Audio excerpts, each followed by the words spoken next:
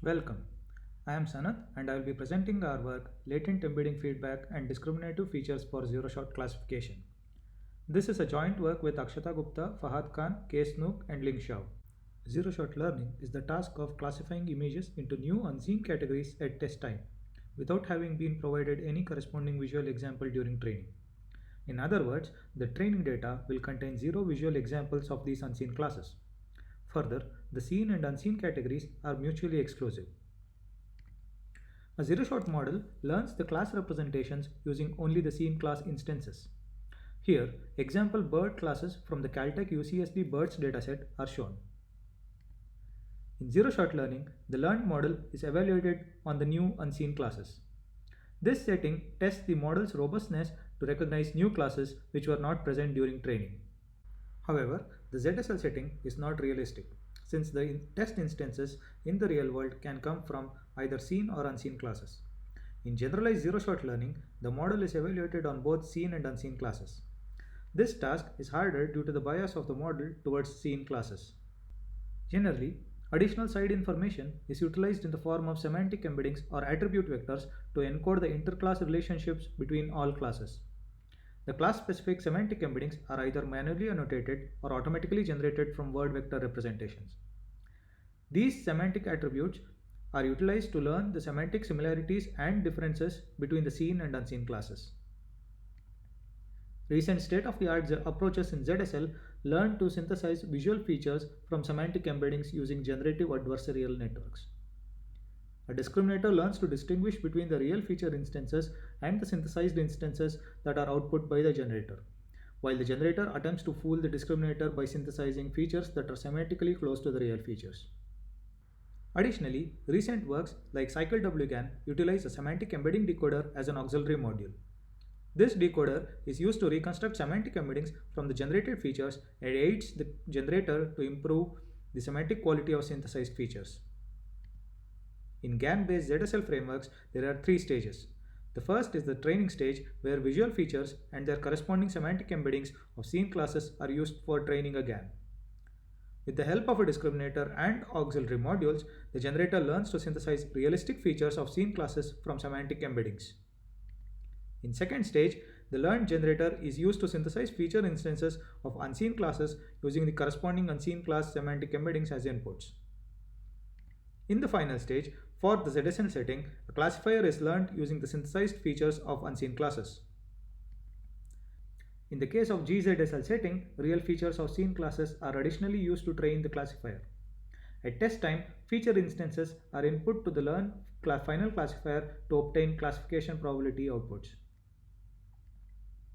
As we can see, the auxiliary module is utilized only in the training stage to aid the generator learning. However, it is subsequently discarded and not used in the feature synthesis and classification stages. Since the auxiliary module aids the generator during training, it is also expected to aid the subsequent feature synthesis and classification stages. Our method advocates the effective utilization of an auxiliary module at all stages of the ZSL framework. To this end, we introduce a feedback module which utilizes the auxiliary decoder during both training and feature synthesis stages for improving semantic quality of the synthesized feature.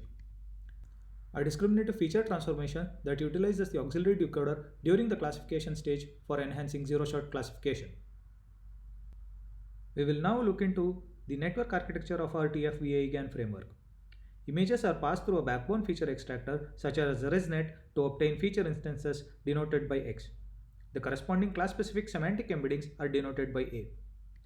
The highlighted region denotes the VAE GAN and comprises a variational autoencoder and a generative adversarial network. The decoder of the VAE and the generator of the GAN are shared.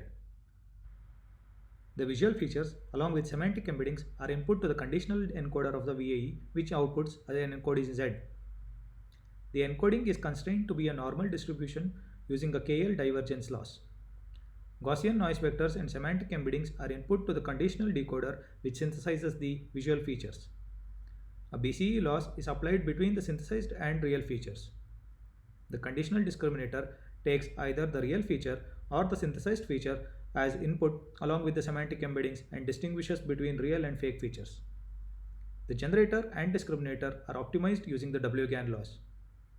The VAE forms the baseline for our framework. The semantic embedding decoder, which is the auxiliary module in our framework, reconstructs the semantic embeddings from the visual features. A reconstruction loss is applied between the ground truth and the reconstructed semantic embeddings. A feedback loop through the feedback module is introduced from the latent embedding of the semantic embedding decoder to the latent embedding of the generator for iteratively refining the synthesized features. Our TF-VAE-GAN framework is trained using the following loss formulation. We will now describe the feedback module and the discriminative feature transformation in detail. Here, conceptual illustration is shown on the left, followed by the network architecture on the right. With semantic embedding and noise as inputs, the generator synthesizes an initial visual feature which is passed through the semantic embedding decoder. This forms its first sub-iteration. However, the synthesized initial feature is likely to be semantically away from the real features of the corresponding classes in the visual feature space. The reconstructed embedding is also likely to be semantically different from the ground truth embedding of the corresponding class in the semantic embedding space. Since the embedding decoder performs inverse transformation with respect to the generator, the complementary information present in the embedding decoder can be utilized to improve the synthesized initial feature. For this, we introduce a feedback loop from the semantic embedding decoder to the generator for iteratively refining the visual feature. The feedback module transforms the latent embeddings of the semantic embedding decoder and additively modulates the latent embedding of the generator as given by these equations.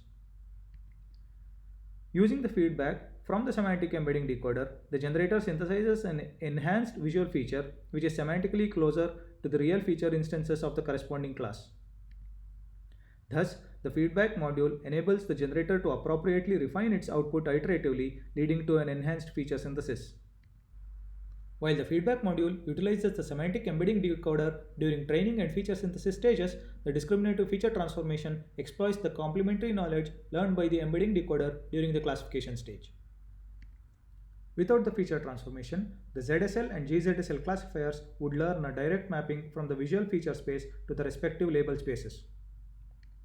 We introduce a simple but effective discriminative feature transformation for the visual features in order to exploit the embedding decoder's knowledge regarding the categories. The visual features are passed through the embedding decoder and corresponding latent embeddings of the decoder are concatenated with the input features. Thus, the resulting transformed features are semantically richer and used to learn the classifiers. Consequently, the final classifiers learn to better distinguish the categories using the transformed features as inputs. Our TF-VAE-GAN is evaluated on 4 standard datasets for the zero-shot image recognition task. Our approach achieves favorable performance compared to existing methods for both zero-shot and generalized zero-shot tasks in inductive and transductive settings, along with and without fine-tuning of the feature extractor on scene classes. We also qualitatively evaluate the semantic content in the features synthesized by our TF-VAE-GAN against the baseline FVA-GAN features. We learn a deconvolution network for inverting visual features into images using real features and image pairs. The synthesized features of the baseline and our framework are then input to the deconvolution network and the output images are qualitatively compared. As we can see from example classes of the Oxford Flowers dataset, inverting our proposed feature results in semantically more meaningful images than the baseline feature inversion. We also test the generalization capability of our framework by evaluating on generalized zero-shot action recognition task. Experimental results show that our approach achieves promising performance over existing zero-shot action recognition methods, indicating good generalization capability of our framework. In conclusion, our method effectively utilizes the complementary knowledge learned by the auxiliary semantic embedding decoder at all stages of the GAN-based ZSL framework and achieves enhanced feature synthesis and improved classification. The source code implementation of our framework is publicly available at this website. Thank you for your time.